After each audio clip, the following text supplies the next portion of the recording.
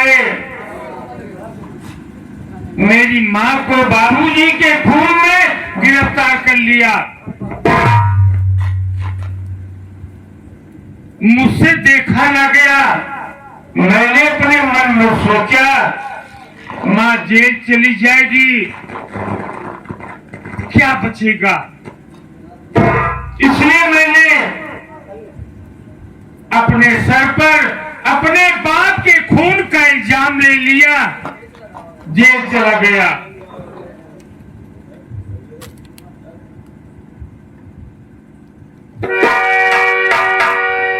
मुझे सजा हो गई, मेरी सजा हो गई। अदालत ने मुझे 20 साल का आजीवन कारावास दे दिया। अपनी सजा काटने के बाद मैं घर गया। अपनी सजा काटने के बाद मैं घर गया, वहां कोई नहीं था, सब वीरान हो गया था। मेरी समझ में नहीं आ रहा था कि ये सब कहां गए। इतने में पड़ोसी मुझे दिखाई पड़ा, बुलाकर पूछा। उसने बताया, ज्ञानचंद, तुम्हारे जेल जाने के बाद तुम्हारे घर की कुर्की हो गई, तुम्हारा सब कुछ नीलाम हो गया। तुम्हारी बहन, तुम्हारा भाई, तुम्हारी माँ को घर से बेघर कर दिया गया।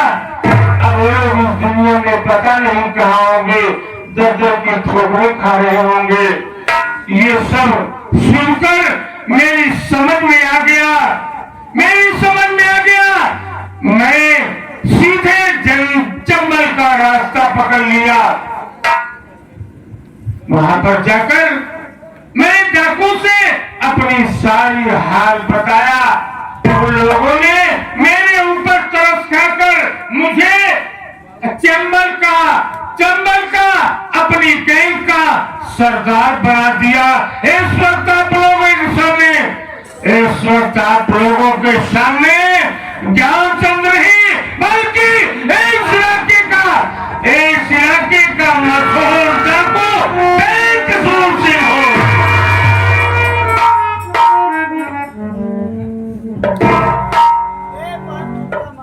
अपने बाप के कातिल का पता लगा रहा हूं। कौन है वो इंसान जिसने मेरे बाप का खून करके मेरा घर बर्बाद कर दिया।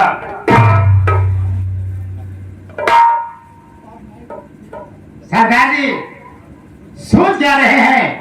सोच ये रहा हूं, तुम लोग तो बड़े आलसी नजर आते हो।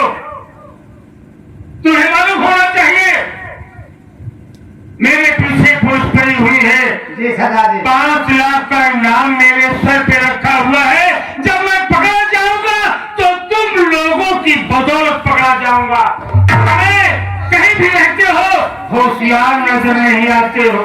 सरदार जी आप बेफिक्र रहिए। सरदार जी आप कभी गिरफ्तार नहीं हो पाएंगे, क्योंकि हम लोग इतना सचेत रहते हैं सरदार जी कि मैं अपने सरदार का नमक खाता हूँ, दुनिया की मैं सरकार का नमक खाता हूँ। सरदार जी चलो यहाँ से चलकर बैठकर अपनी जिंदगी के बारे में अलग से प्लान बनाएंगे कि हम लोगों को क्या करना है। चल जाए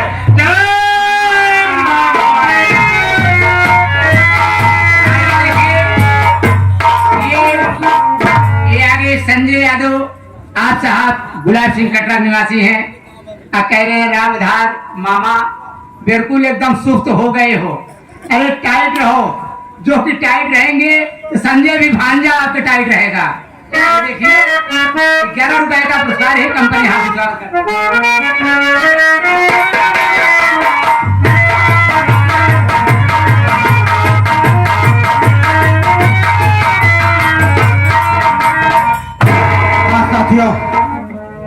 बाबू, जैसा कि आप लोग मुझे देखकर हैरत में जरूर होंगे और सोचते होंगे कि ये तो ही गंगाराम का छोटा बेटा, मझिला बेटा गुलाब अचानक पुलिस वाला कैसे हो गया। उस दिन की बात याद करो जब मैं अपनी चाची गजरानी का कत्ल करके घर छोड़कर भाग गया था। घर छोड़ करके बहुत दिन बाहर भटकता रहा और उसी वक्त मैं जिला गोरखपुर में पहुंच गया। गोरखपुर जिले में भी बहुत दिन भटकता रहा। वहां पर अचानक मेरी मुलाकात वहां के पुलिस कमिश्नर अरुण मेहता जी से हो गई। कमिश्नर साहब मेरे बारे में, मेरे पढ़ाई के बारे में, मेरा क्वालिफिकेशन सारी जानकारी मुझसे लिए और मेरी पढ़ाई के बारे में तो सुनकर बहुत ही खुश हुए और कहने लगे कि बेटा चल आज से तू मेरे साथ रहेगा। उसी वक्त साथियों अपनी गाड़ी में बैठा करके मुझे अपने निवास पर लिवा के गए। वहां पर उनकी पूरी फैमिली थी, पूरा परिवार था और उनकी मैडम जी जब मुझे देखी तो बहुत खुश हुई और कहने लगे कि साहब इस लड़के को अपने पास रख लीजिए। उसी दिन से मैं उनके यहाँ रहने लगा, छोटा मोटा कार्य भी करने लगा। समय बीतता गया। एक दिन मैडम जी ने साहब से कहा कि साहब ये लड़का पढ़ा लिखा है, होनहार है, अगर इसके लाइफ के बारे में सोच ले तो बड़ी अच्छी बात है। उसी वक्त यूपी गवर्नमेंट में पुलिस इंस्पेक्टर का वांट निकला था। कमिश्नर साहब मुझसे कहने लगे कि बेटा फार्म भर दे, हो सकता है तेरा मुकद्दर चमक गया है। मैंने कमिश्नर साहब के कहने पर फार्म भर दिया, लेटर आ गया, पेपर दिया, फ्रैक्चर हुआ, ट्रेनिंग हुआ, इंटरव्यू सारा अपने पूर्ण किए और नतीजा आप लोगों के सामने है कि आज एक किसान का बेटा इसमें पुलिस इंस्पेक्टर के पद पर नियुक्त है। साथियों जब मैं वर्दी पहना तिरंगे के नीचे उसी दिन मैं कसम खाया कि सरकार जो मुझे जिम्मेदारी देश और समाज सेवा के लिए दे रही है, ईमानदारी में देश और समाज की सेवा करूंगा। इस वर्दी पर कभी आंच नहीं आने दूंगा। इसके लिए चाहे गुलाब को अपनी जान ही देना पड़े, मैं अपनी जान हंसते हंसते दे दूंगा। साथियों उसी दिन मैं ठान लिया और कसम खाया कि साफ का पुजारी हूं, इंसाफ करूंगा। अगर मुजरिम है मेरा भाई तो गिरफ्तार करूंगा। साथियों मेरे माँ बाप का सपना था कि बेटा तू पुलिस की नौकरी करना। साथियों मेरे बाबूजी तो इस दुनिया में नहीं है, मेरी माँ इस दुनिया में है और मेरा ख्वाब है कि वर्दी पहनकर मैं अपने घर जाऊं। यही मेरा सपना, लेकिन मेरी किस्मत में कहा मेरा ट्रांसफर हो गया है। अब गोरखपुर से हटा करके मुझे बादा जिले में भेजा जा रहा है। बादा जिले में ये थाना नवीनगढ़ है, नवीनगढ़ में मेरा ट्रांसफर हो गया है।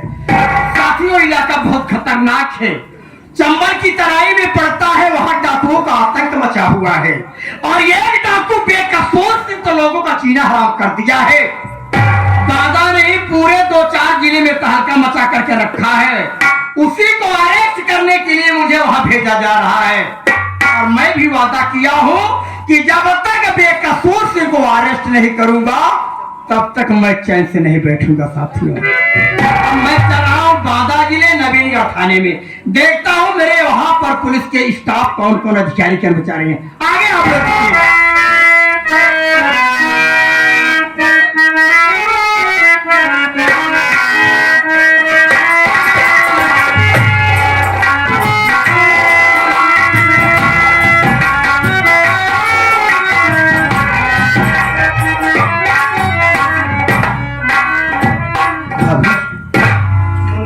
भाभी मेरी आंखों में आंसू, आखिर बात क्या है भाभी? अगर तू जानना चाहता है तो मेरे पास सुनूंगा।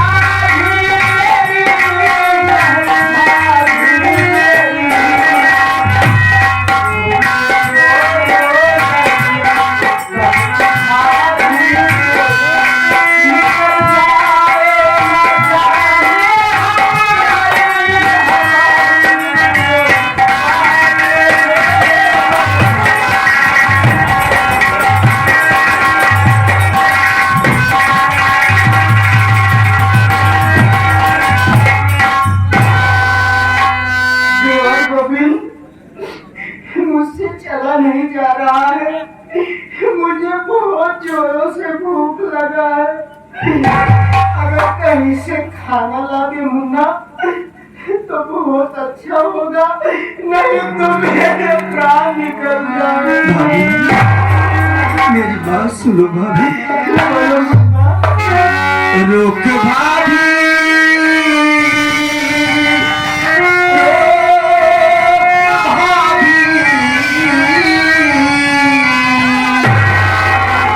रोक भाभी, तुम आंसू हमारी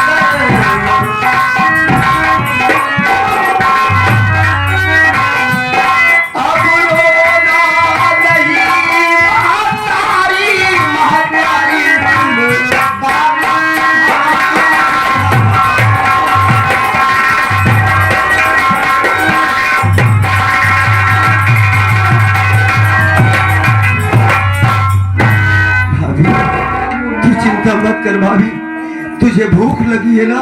हाँ भाभी, तू यही बैठ कर आराम कर, मैं जा रहा हूँ। ओ देख सामने बस्ती दिखाई दे रही, उस बस्ती में जाऊंगा, तेरे लिए खाना पानी लेकर के आऊंगा। भाभी तू यहाँ से कहीं जाना मत, मैं बहुत जल्द आऊंगा। भाभी बस्ती में जा रहा है खाना और पानी लाने के लिए, तो बहुत जल्द से जल्द आना मुन्ना, क्योंकि इस जंगल में मुझे बहुत डर लग रहा है। तो चिंता मत कर भाभी, तू इसी पेड़ के नीचे बैठ, मैं बहुत जल्द आऊंगा, बहुत जल्द आऊंगा। अपना ख्याल रखना।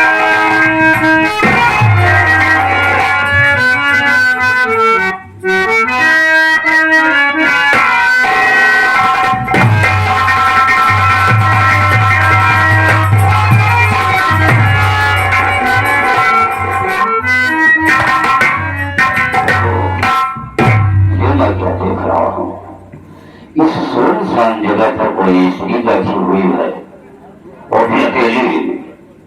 जरूर कोई बात होगी, चल करके मालूम करता हूँ। ओह, ये तो मेरी बहू गोमती है, ये सारी यहाँ पर छिप करके बैठी है। आज मैं इसको उस दिन का सबक सिखाऊंगा, इससे बर्बादी जरूर करूंगा। अरे ओ गोमती,